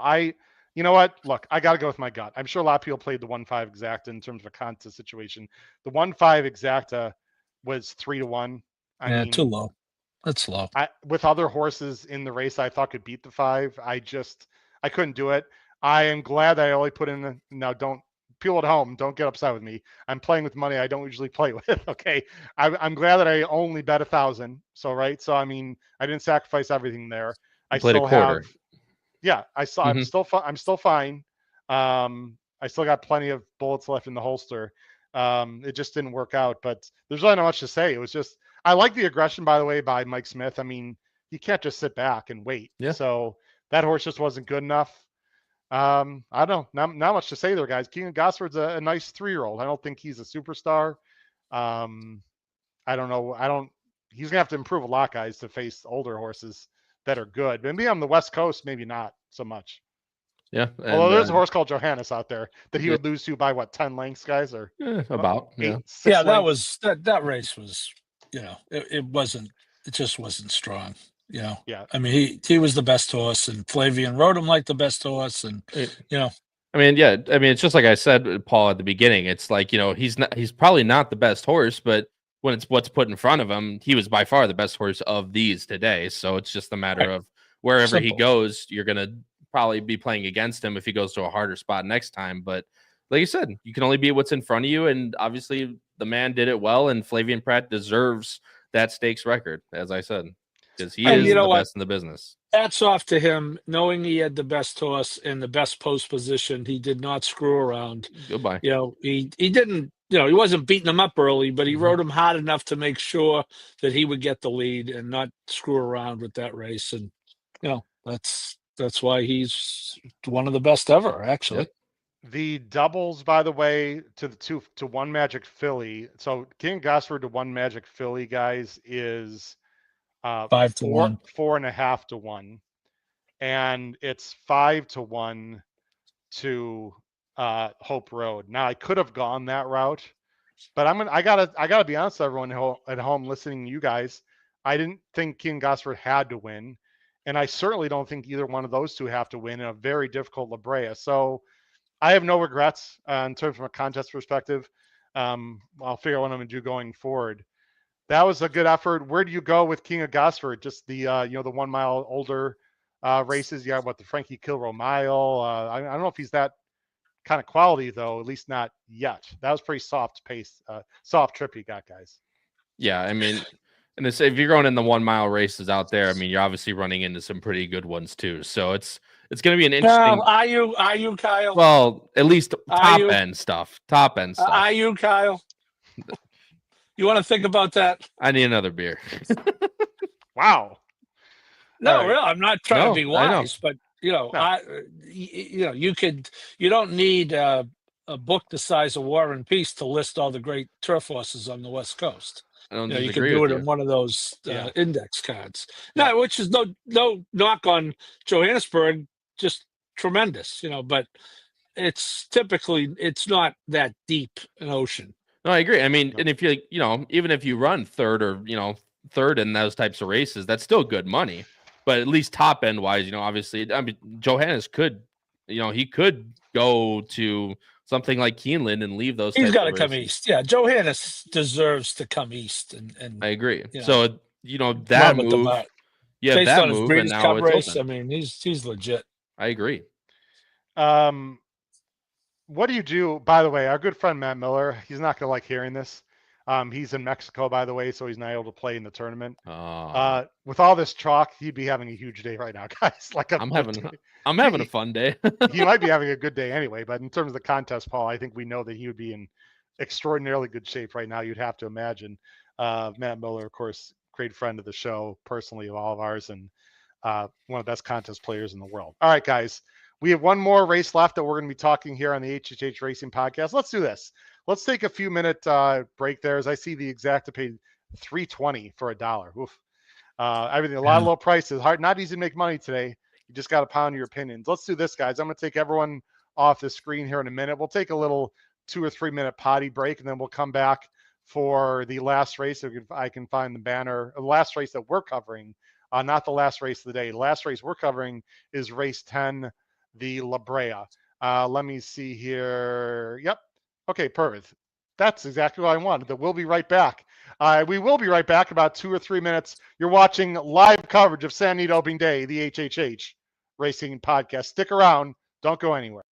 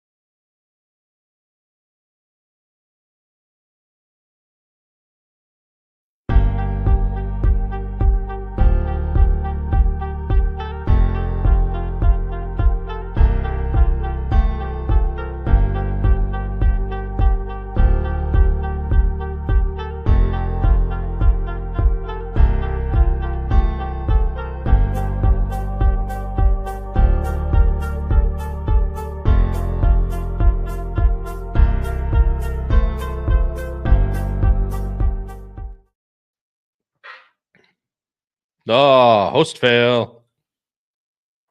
Welcome Steve, back to the HHH Racing Podcast. I'm your proud host, Howard Kravitz, along with Kyle Roscoe and Paul Halloran. Good news, guys. I forgot that I played some stuff on the side, and I had a $100 exacta straight 1-5 because it's one of the exactas I didn't play.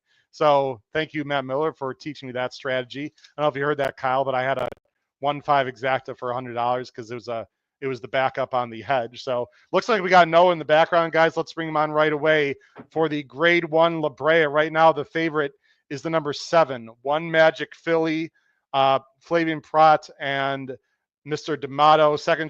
Close second choice is Hope Road at 5-2. Let's go ahead and bring him in right now. Oh, yeah. Noah Maher live in the paddock with Ryan Anderson. Gentlemen, how are you doing? King of Gosford, Flavian Prat just breaks the record, Noah. Most stake wins in the history of North American horse racing in 1 year.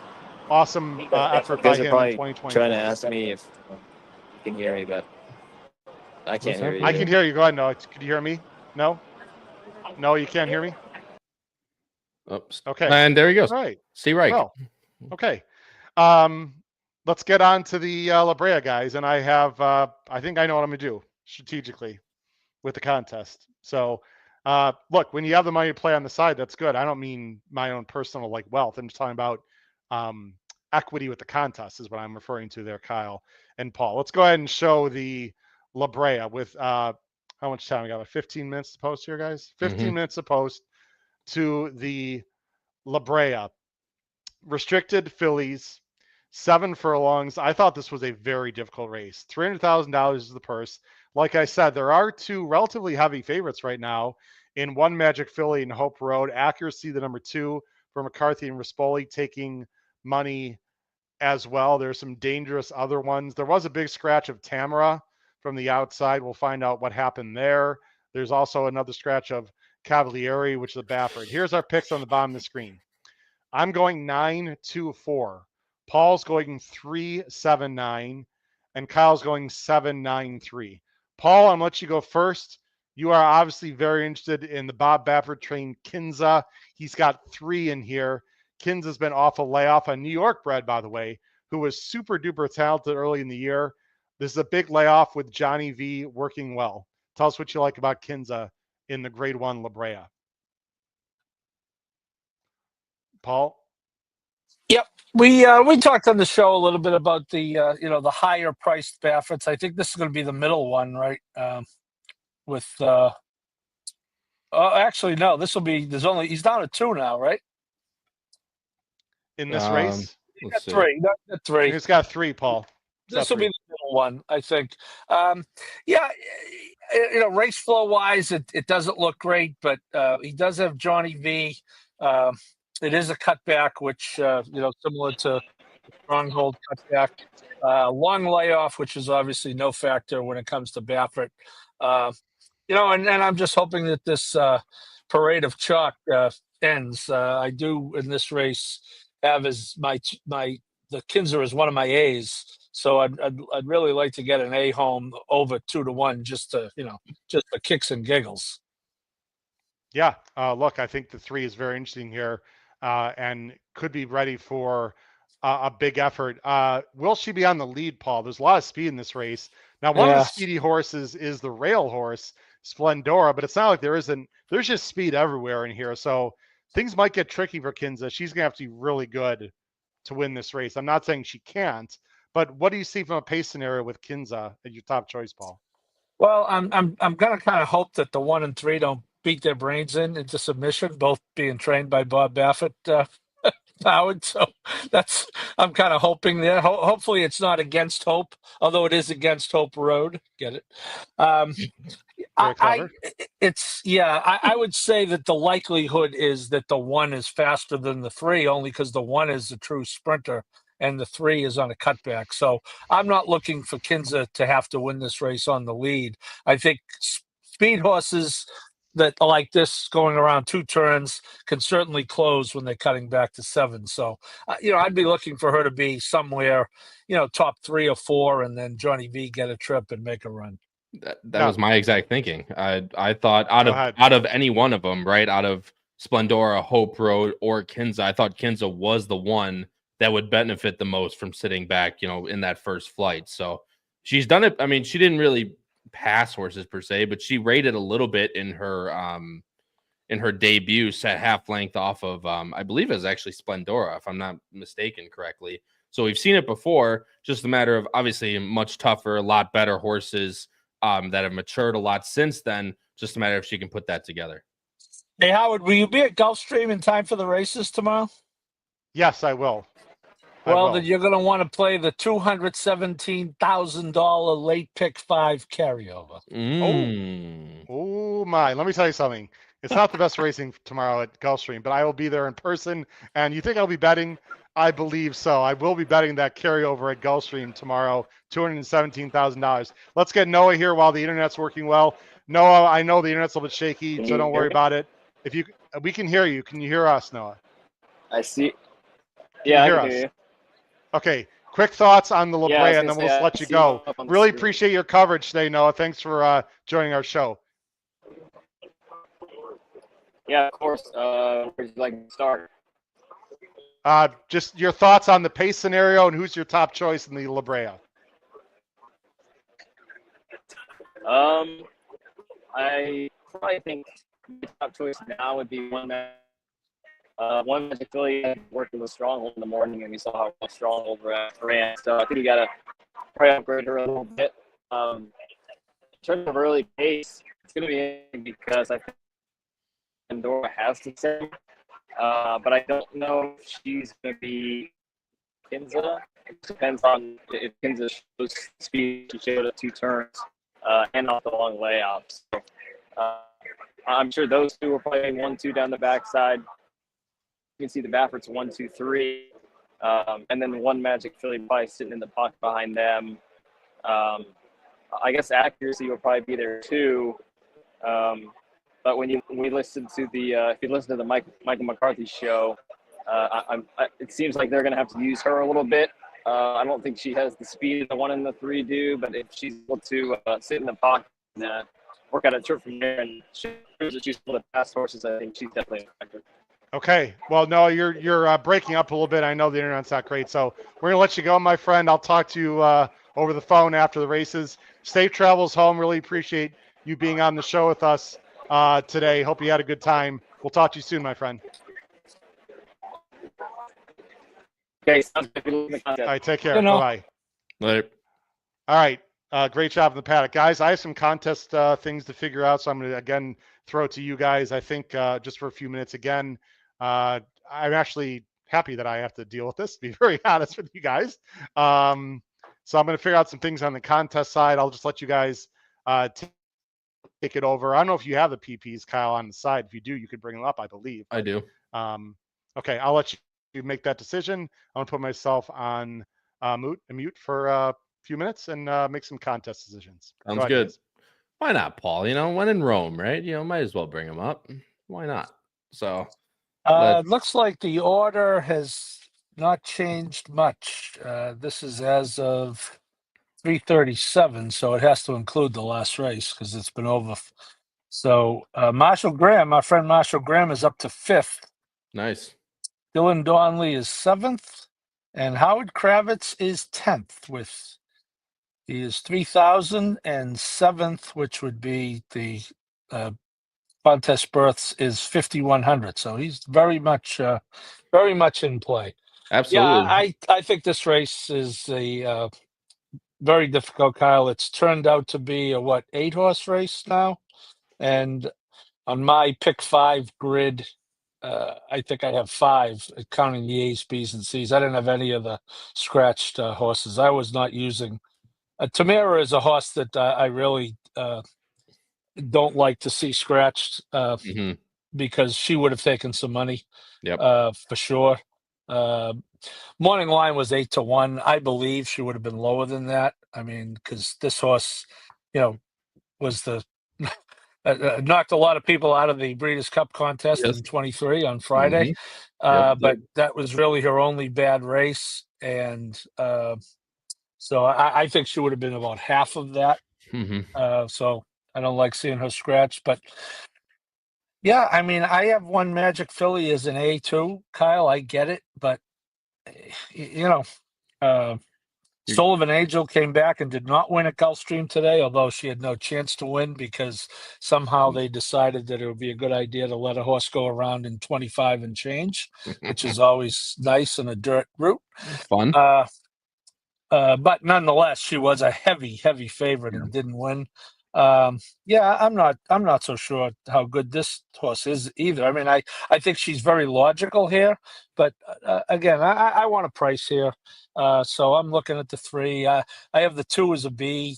I think the 2 might be an okay. 7 to 2, nothing to write home about. But it's I'll tell you, I'd like to be in Howard's position to have a shot, but this is tough sledding to try to make a major decision in a race like this. Well, I completely agree. In terms of contest standpoint, you're going to have to take a stand in this race as opposed to the last one, because we mentioned in the last race you have to take a stand, especially when the leaders are ahead of you by X amount of margin. If it's a pretty decent margin with 2 favorites in the last race, you're going to have to take a stand somewhere. So I agree. It's a great position, yet a very tough position to be in. The difference between this race, Paul, and the ones previous with these scratches is these scratches don't really affect the pace scenario at all. So you have the 1, 3, and the 8 as according to Timeform US pace. That's, of course, Splendora, Kinza, and the number 8, Sandy Bottom. They actually have up on the pace herself with the 1 and the 3 just in behind. You'll see actually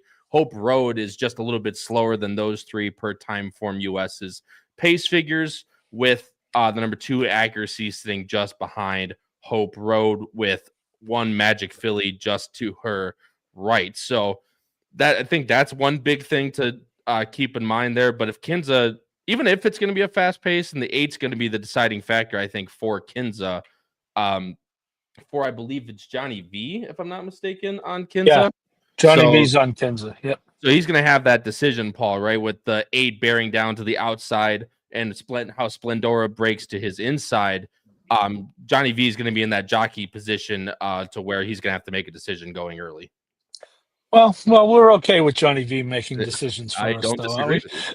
I don't that would disagree. be at that Timeform. If that comes to fruition, I think that would be terrific. If they go like that early, the 8 and 1, a little bit ahead of the 3, I think that would be spectacular.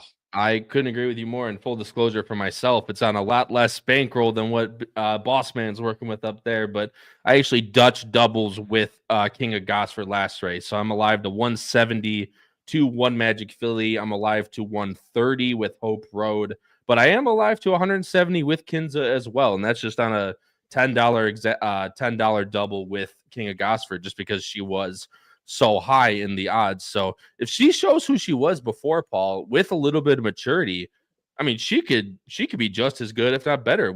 That's the one angle I'm sure you're working with, is we just don't know how good she actually is right now.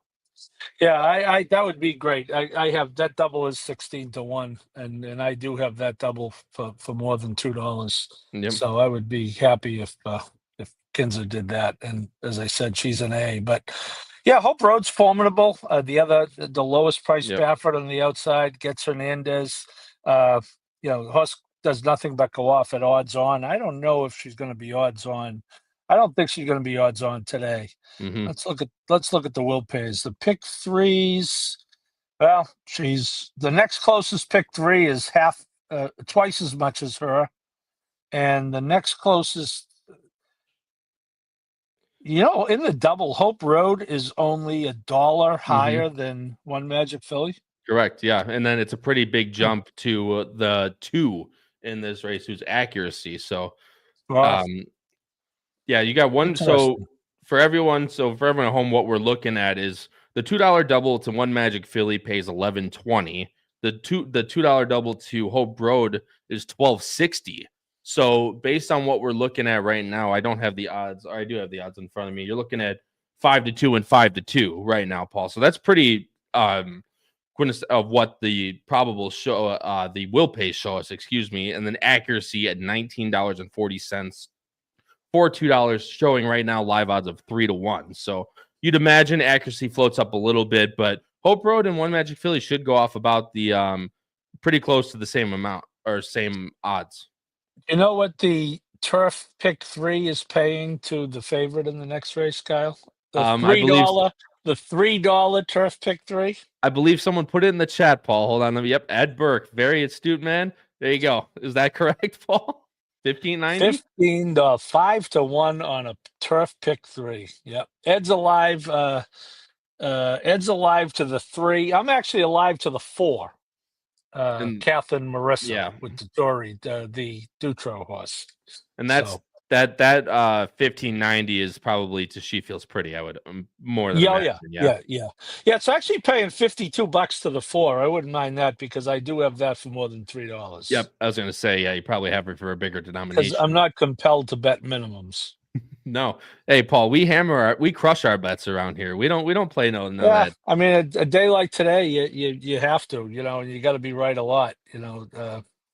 You can't. That's exactly right. This has been a really chalky sequence that I hope is going to change here. Is our friend Elsa back? We call Howard Elsa now because he was frozen this morning.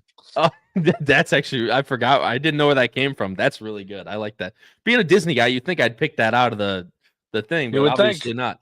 Not as astute as the rest of everybody, Paul. Gotta catch up. So he's all right, Uncle. well, You have the play in, Uncle, or what?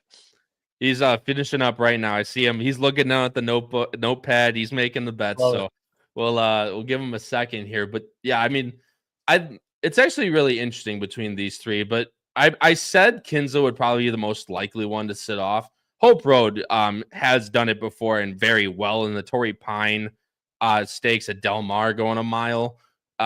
Sat back 2.5 and absolutely blew by that field. Nothing like you, who's probably nothing like these types of horses in this race, although a pretty decent one. And then go all the way back to her maiden and Del Mar going 5. She also actually flew late. So she has the ability to pass horses, or has shown in the past. So I think right, guys, let me be the best one.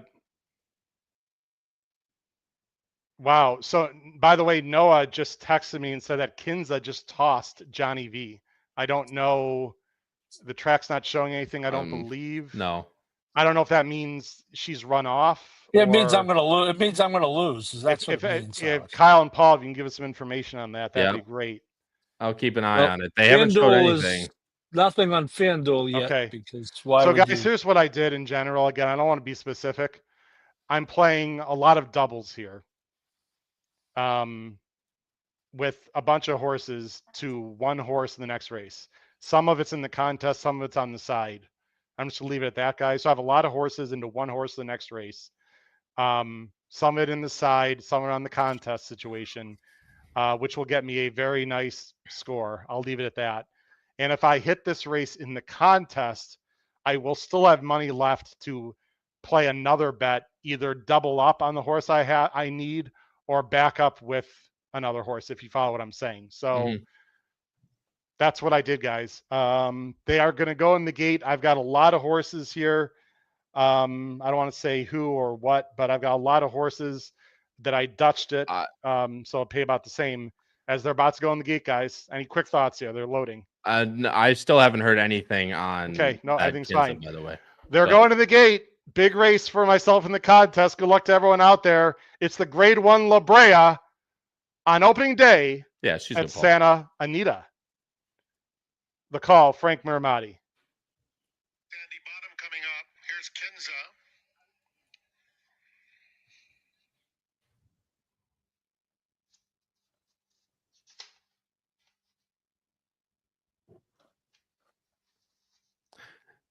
That's a good name, Ed Burke. I do like that, by the way. They're in the gate. And they're off in the LaBrea Stakes presented by Don Julio. And the undefeated Sandy Bottom rockets out of the gate, opens up a couple lengths in the first few jumps. Here's Kinza. Splendora is coming through along the inside. One Magic filly is in the mix, as is Copian. Just behind them, Hope Road gets a good spot, 4 lengths off the lead. Another 2 back to Accuracy, and Sugarfish is the distant trailer. It's Sandy Bottom taking them to the half-mile pole. 3/4 of a length, Copian moves into second. Then Kinza third, followed at the rail by Splendora, and one Magic filly 3 deep, 3 lengths off the lead, accelerating on the outside and taking the third spot as they round the far turn. Hope Road is next, past the 3/8 pole with 5 to make up. She's also starting to advance as they get toward the top of the stretch. Accuracy is next, and Sugarfish has trailed throughout. Copian takes the lead away from Sandy Bottom, opens up to Hope Road on the outside. Now gets a reminder to come after that. Copian, who has a 3-length lead. It's Copian in charge inside the final 1/8 of a mile. Hope Road in second, followed by Splendora, who's picking up some pieces late, but Copian has come back in fine style, and Copian has won the LaBrea Stakes handily by 3 lengths. Splendora finished second, and Sugar. Longest shot in the field if you were keeping track at home, everybody. What was that early scenario? Not Excuse me, I have to go. I have to go throw up. All right. What? Wow. What was that early scenario, Paul? Not a single one of the Baffords went. Not a single one. Kinza went, probably too much. She was caught in the pocket, as someone said in the chat. Yeah. And but what's Splendora? I mean, Splendora ran second, I guess, but what's Splendora doing? Apparently, I picked the wrong turn back. Because this Copian was wow. Yeah. I picked the wrong day to stop sniffing glue. Airplane reference. Five deep, and not even a thought of that horse. Where is not even a thought? I actually had the 8. The 8 was my C. I said, "Oh, maybe she'll just go all the way." No. That is not a complete utter disaster, but a partial disaster. Knocks me out of the 5 out of 6 in the pick 6. That was another horse that was off since April. 35 or 25. Yeah, I don't know. I mean, the horse ran huge though. 108 and 44, 108 and 3. That was Mandela, right? Yeah. Yep. God love Mandela. 3-6 furlong works. I mean, that horse wasn't getting past. I don't think I don't know what to say other than I don't think these jocks respected the horses out top. They just figured they were going to go by. I mean, it was really fast, but you think someone would have been like just off the lead. No one was really like just off the lead here. No, Copian was just off the lead. You know what I mean? 1 by 8. 22 Kinza and 1 is slow first quarter for these horses in this situation. 22 and 1 is slow. Yeah, Kinza was the horses who took money just ran horrifically. Yep. Hope Road was the only one with a lick. I like what I did. I'll tell you what I did. I went in the contest. I went 2-4-9 with 4 in doubles. Well, first let me say this. I still have $1,000 left. I'll just say that, number one. So I'm not dead, but that was horrific, obviously. I went 2-4-9 with 4 guys. That would have gotten me to about 13,000, no matter who won. If it was 2-4-9 with 4. And then I played 3-7 with 4 on the side. So I played the 5. Sound familiar, Kyle, in a big situation? I played the 5 best horses. And Richard Mandela stuck me into a locker, guys. Paid $77. Well, I hope you're right about the 4, Howard. I knew it was a crazy race. I knew it was a tough race. I mean, wow. Yep. I don't even know what to say. I'm completely stunned. It's tough. It's the game we play. I kind of agree. I mean, Kinza did go, but I said to Paul, I mean, like where was Road's on the wrong lead in the stretch, was bobbing up and down. I mean, Sugarfish closed, but not fast enough. I mean, I can't say anything because obviously Splendora ran I mean, where was she early? She didn't want to go early. They just left, like you said. I think they just left the 8 out there because they didn't think that they could that the 8 could finish. Obviously, the 8 didn't finish, but they forgot about the the other one that's just sitting right off her. It's just wow. I don't know. Great And job. Shooter You Fish- know what? Good for Yeah. Kimura. What a ride. What a great Absolutely. ride for him. I've got 1151, which is enough to do something with, guys. No doubt about it. But the problem is a lot of people are doing, I gotta be creative, is what I'll leave it at that. And no, I didn't want to listen home. I'm not walking away with that. I spent $3,000 in this tournament. I'm not walking away with 1,000. So I'm gonna be betting it one way or another. Copian, wow. Just ran a huge race, 122 and change, I think, guys. I missed it. You know, in the pick 6, which is now $2, Paul. You know, if you just want a single King of Gosford, I mean, the 8 Raging Torrent was my best play, And Johannes was a free square. And Johannes, I mean, I suppose you could just hit all buttons in the other 2 races, but I would not have gotten there unless I hit all buttons on the other 2 races, frankly. Well, but, I mean, I'll it's tell possible, you what, the pick six is only paying on 4 horses. Really? Yep. Well, this next race is the 3, the 4, the 6, and the 8. I mean, but this race is, you know, it's a 2-horse race basically. So okay, 3, 4, 6, 8, huh? Interesting. And the 8 is paying 9,000, and the next lowest is 63,000. Wow, which would be a multiple of 7. I was going to say 7x to Catherine Marissa. Jeez. I mean, you had, like you said, a free square King of Gosford, which I'm sure some people thought was a free square. It's been chalky all day, and you're still getting 9,000 on a $2 pick 6 with literally, I mean, 2 horses, right? Because you also had the bomb in was the Lafitte Pink Eye part of it, right? I'd assume. Yeah, that was the first leg. Yeah. So Ed Burke, by the way, set him out. Good luck, Howard. Sorry, Ed. I mean, I'll tell you what. If someone is right, they're going to make a major move in this contest. I don't know. It's going to be interesting to see contest-wise how many people like really slammed it there. I don't know. I don't want to guess what people are going to do, but I would assume most people are going to go down and their money not up, Kyle. Obviously. Yeah, I mean, what my assumption would be is that a lot of people played. Whoa. Yeah. Whoa. Well, hold that. Wait, it started with. Sorry to interrupt you. Oh, so he had. Okay, so that'll help. The pick 5 still won't be very good though. Anyway, no, it's 400 to she feels Noah's pretty. alive. Noah's alive. Good for Noah. What is it to the 8? The pick 5 or the 4? Sorry, the 4 is 900. Okay, good luck to Noah. Maybe okay.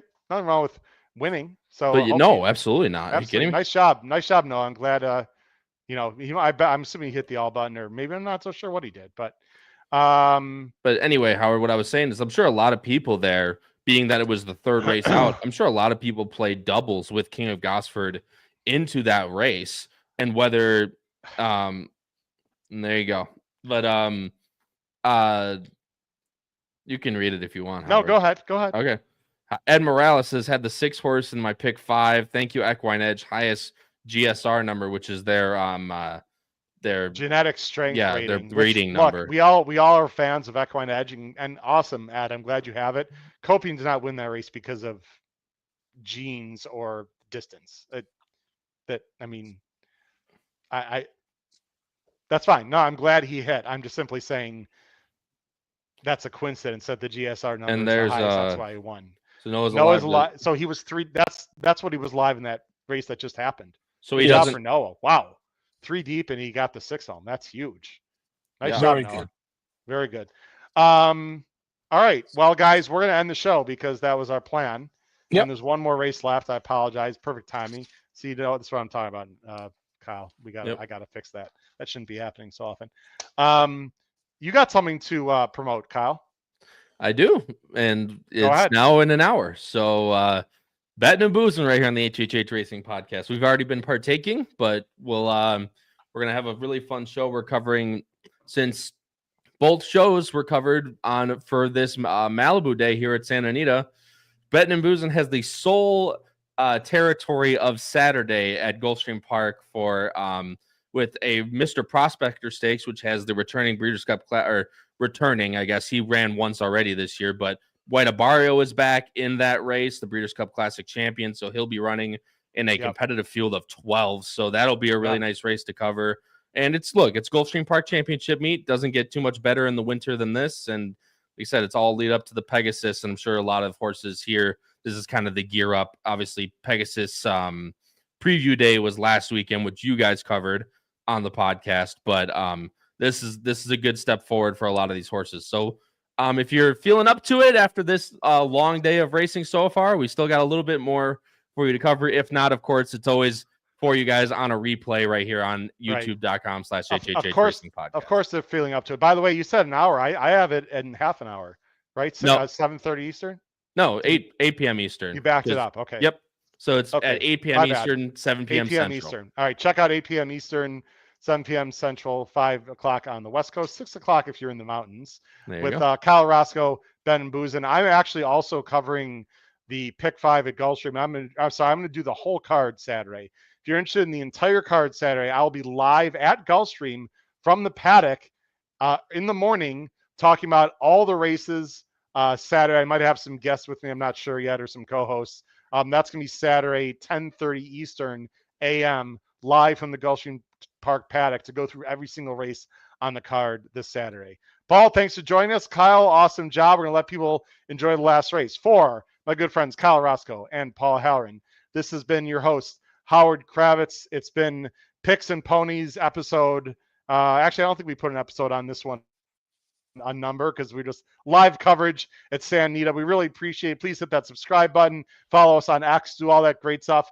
Good luck in the American Oaks. Crush your bets the rest of this weekend. Take care, everyone. Have a great night. Bye-bye.